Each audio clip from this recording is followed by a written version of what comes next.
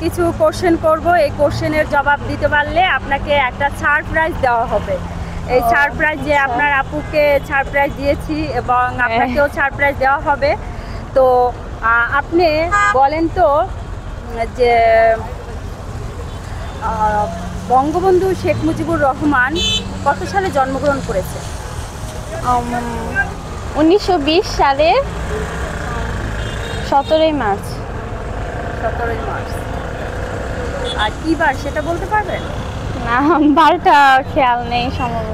দর্শক, এই মুহূর্তে কি প্রশ্ন করা হয়েছিল, বঙ্গবন্ধু শেখ মুজিবুর রহমান কত সালে জন্মগ্রহণ করেছিলেন, এই প্রশ্নের জবাবে উত্তর উনি দিয়েছেন। আপনাদের কাছে অ্যান্সার রইল এবং কোন তারিখে কোন দিন, এই প্রশ্নের উত্তরটা আপনাদের কাছে।